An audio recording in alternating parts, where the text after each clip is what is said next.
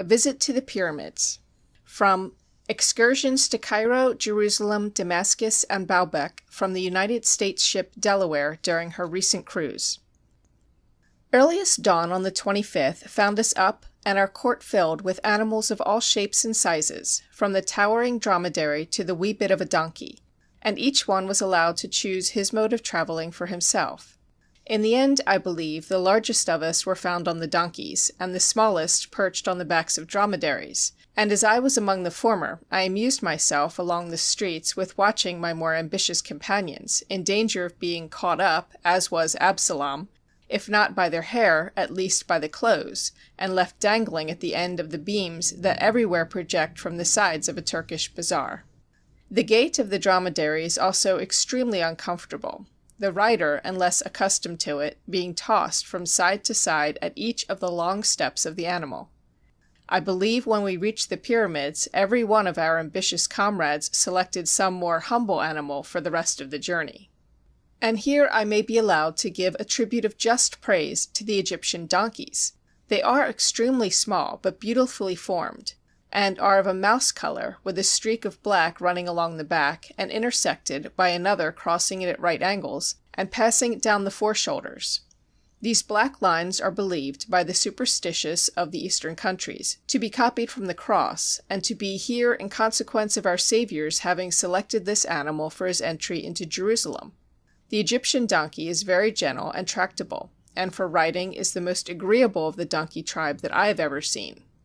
Thanks to the tact of Mr. Glidden and of our caterer, Lieutenant S., the preparations for our excursion were admirably made, and we got off without confusion, although, as we had provisions for 2 days, tents, etc., our train consisted of 70 animals, and our company, amounting to about as many persons, comprised a singular variety of nations and languages. Preceded by torches, we marshalled ourselves in the dark and narrow streets, and the word being given, at length we put ourselves in motion.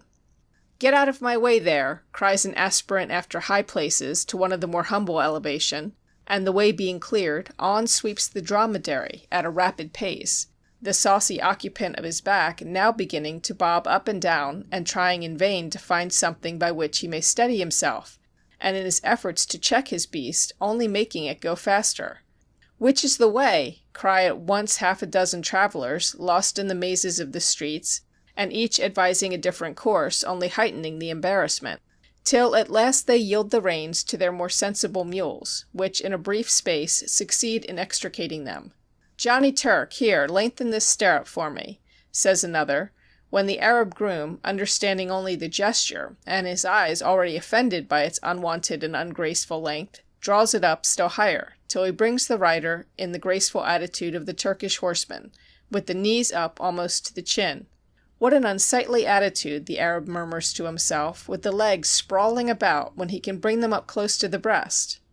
To our great satisfaction we emerged at length from the narrow streets, and had the pleasure of riding on without incessant danger of scaling our ankles and knees.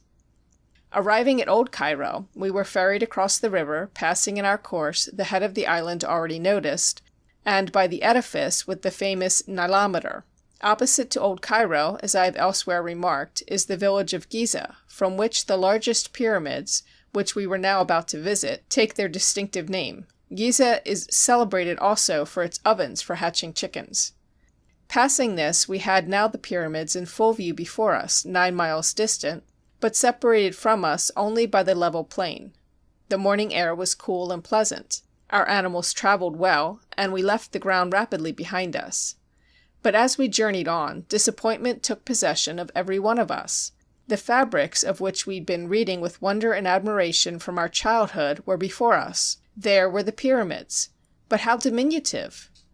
Still, as we approached them, we watched to see whether they would not at last appear in that magnitude and grandeur which we had always connected with them. But it was all in vain. Each one indulged in some epithet of dissatisfaction, and even of contempt, and thus we reached the bottom of the eminence on which they stand. But when we had wound up its sides, and reached the piece of tableland on which they are erected, when we checked our animals at the foot of the first of them, the Pyramid of Cheops, and looked up, there they were again the pyramids, and grander far than our fancy had ever pictured them. The effect, indeed, is almost overpowering. Their simplicity contributes to this as well as their vastness. There is nothing to break up and confuse the attention. The mind, without effort, embraces the whole object. One single idea occupies the attention. A single impression is made, but it is astounding. And we feel all the sublimity of the object, because by this single impression so great an effect is produced. We cast our eyes upward. We look again at ourselves, and we wonder that we are so diminutive. We who just now were passing sentence of condemnation, and looking with contempt on this mighty work. We sink into nothingness beside it, and wish to dismount, and get yet lower, and from an humbler place yield it the deep homage that the mind willingly pays to greatness. "This is great, this is very grand," was the language from the lips of many, and I believe from the hearts of all, as we passed along the base of these stupendous monuments. There are 3 of them at this place, called, after their reputed founders, the Pyramids of Cheops, Cephrenes, and Mycerinus. They stand on a natural platform, or piece of tableland, 150 feet in height, projected from the adjoining range of mountains. That of Cheops is the largest, and has been repeatedly measured, but on account of the rubbish that has accumulated along the sides, it is difficult to do this correctly, and there is great discrepancy in the results. Herodotus makes its height 800, and the length of each side 800. Strabo 625 and 600, Lebrun 616 and 704, Thevenot 520 and 612, Davison 461 and 746, and French savans 470 and 704. As the angles are exposed to view quite down to the foundation, there is less difficulty in ascertaining the number of layers, which is said to be 206, each layer being of smaller dimensions than the next lower. A series of steps is thus formed, each about 30 inches in height and 20 in width. The Pyramid of Cheops is truncated, terminating above in a platform of about 20 feet square. That of Cephrenes is continued up to a sharp point, and is coated from this about 1/5 of the way down with triangular blocks, so as to present at this part a perfectly smooth surface. It is supposed that the whole of this pyramid was originally coated in this manner, and that it was covered with hieroglyphics. I ascended to the smooth portion of its surface, but could discover no traces of such inscriptions. The 3 pyramids stand nearly in a straight line, running north and south, and face exactly the 4 cardinal points. Belzoni measured that of Cephrenes, and found it to be 684 feet on each side at the base, and 456 in height. That of Mycerinus is much smaller, and has been mutilated, so as to be rather an unsightly object. They are composed chiefly of secondary limestone taken from the adjoining mountains. As the angles of the pyramids have suffered from the weather, and probably also from human violence, and have thus been broken into smaller steps, we were able without much difficulty to ascend to the summit of that of Cheops. The natives, many of whom had been attracted from a neighboring village by the sight of strangers, when seen from this elevation appeared dwindled into the merest pygmies. A visit into the interior was a matter of greater difficulty. I had been over to examine the Pyramid of Cephrenes, and on returning to that of Cheops found that the party had entered, carrying with them all candles, so that I had to choose between remaining without or groping my way along in the dark. Taking a couple of Arabs who professed to know the way, I clambered over a quantity of rubbish, rolled down from the upper portions of the pyramid, and reaching to the entrance. This is on the northern side about 30 feet above the base, and at an equal distance from each of the angles. We here entered a square passage 3½ feet on each side, and inclining at an angle of 26 degrees, which, it is worthy of remark, is the inclination of the entrance passage in each of the pyramids yet explored. This passage was lined quite around with polished granite, and the descent would have been dangerous but for rude steps or holes for the feet cut in the lower flags in more modern times. This passage is about 100 feet in length, and by the time we reached its extremity, daylight had quite deserted us. I found myself now in a place where I could stand upright, and after stumbling over some blocks was brought to a stand by the rough wall, where the hand of violence had been at work, probably endeavoring to force a passage into some of the chambers. Here an Arab got before to drag, and another behind to push me, and by their good help I soon found myself swinging in mid-air in the blackness of darkness, but presently reached a ledge about 18 inches wide, regularly formed, and ascending at the angle already noticed. Following this up, I at length began to hear voices, and soon after, to my great satisfaction, found myself in a lighted chamber, and once more among my companions. This is what is called the King's Chamber, a name given to it on account of a sarcophagus of red granite, 7 feet 6 inches in length, and of proportionate width and depth, highly polished, but entirely plain. This apartment is 37 feet long, 17 wide, and about 20 in height, and is cased in every part with polished Egyptian granite. Leaving this chamber and returning part of the way, I found that the ledge on which I had ascended had at its side a passage to another apartment lower down than the King's Chamber. This is 17 feet long, 14 wide, and 12 feet in height, and is also cased with polished granite. There are other chambers in this pyramid, but of irregular shape, and it is uncertain whether they were part of the original design or are accidental. A pit descending, with several offsets, to a depth of 155 feet, or to a level with the Nile, with which it probably had a communication, has also been explored.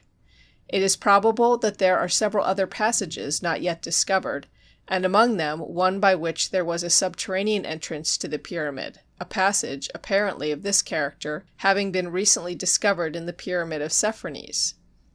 For what we know of the interior of this latter pyramid, which stands within 100 yards of that of Cheops, we are indebted to the most enterprising of all modern travelers, the patient and yet acute Belzoni. Herodotus had declared that there were no chambers in this pyramid, and except a few lazy efforts of the sçavans of the French invading army, no attempt had been made to ascertain whether this writer was correct or not. The ambition of Belzoni having been fired by his success amid the monuments of Thebes, he determined to make an effort upon this pyramid, and he began first by attempting to force a passage into the northern side. This still remains as when he abandoned it, and on examining it I was struck with astonishment at the perseverance and determined resolution of the operator. He has cut a large passage, in many places 9 or 10 feet square, for a distance of 100 feet into the heart of the pyramid, the whole being through a solid mass of stones, often of prodigious size. The danger, as well as the expense of this mode of operating, compelled him at length to abandon it, but his resolution was not to be overcome. He examined again the Pyramid of Cheops, and after careful admeasurements, discovering that in this of Sepharnes, at a point corresponding exactly with the entrance into the former, the surface of the pyramid was sunk a little, he commenced here anew, the native workmen looking on in wonder and calling him Magnoon, or fool. Having removed a quantity of rubbish and cut through the outer rocks, he at length found his toils rewarded. Slabs of granite, like those lining the entrance into the other pyramid, began to appear, and to his joy he found at length a similar passage open here before him. It is 4 feet in height, and 3 feet 6 inches in width. Having removed the rubbish which had fallen into it, he reached at the bottom a portcullis of stone, which, he says, stared me in the face and said ne plus ultra, putting an end to all my projects. With great labor this was raised at length sufficiently to allow him to creep under, and after 30 days, he adds, I had the pleasure of finding myself in the way of the central chamber of one of the 2 great pyramids of Egypt, which have long been the admiration of beholders. A passage cut out of the solid rock brought him from this to the entrance of a large chamber. I walked, he says, slowly 2 or 3 paces, and then stood still to contemplate the place where I was. Whatever it might be, I certainly considered myself in the center of that pyramid, which from time immemorial had been the subject of obscure conjectures of many hundred travelers, both ancient and modern. My torch, formed of a few wax candles, gave but a glimmering light. I could, however, clearly distinguish the principal objects. I naturally turned my eyes to the west end of the chamber, looking for the sarcophagus, which I strongly expected to see in the same situation as that in the first pyramid, but I was disappointed when I saw nothing there. The chamber has a pointed or sloping ceiling, and many of the stones had been removed from their places, evidently by someone in search of treasure. On my advancing towards the west end, I was agreeably surprised to find there was a sarcophagus buried on a level with the floor. A closer examination led him to the discovery of bones in this sarcophagus, which on being sent to London were pronounced to be those of a bull, or of that species of animal. a fact which strengthens the opinion that the pyramids were erected by the Egyptians not for the burial of their kings, but for religious purposes. The enterprising traveler, however, found that he was not the first that had penetrated these mysterious recesses. The covering of the sarcophagus had been partly removed, and on going further he discovered both Roman and Arabic inscriptions, the latter stating that the master Muhammad Ahmed had opened them. This chamber is hewn out of the solid rock and is 46 by 16 feet at the sides and 23 feet 6 inches in height. He discovered some other chambers and numerous passages, together with a well, as in the other pyramid.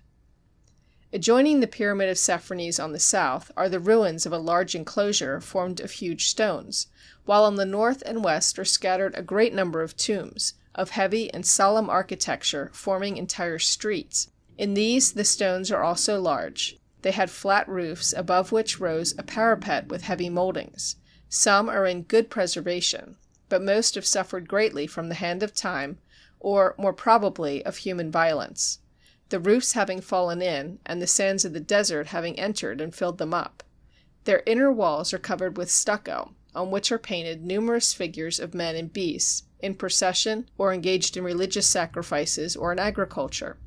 We opened a passage into one of them, and were glad to find in it a refuge from the fierce sun, which now seemed to be shedding fire upon us and upon the glowing sands all around.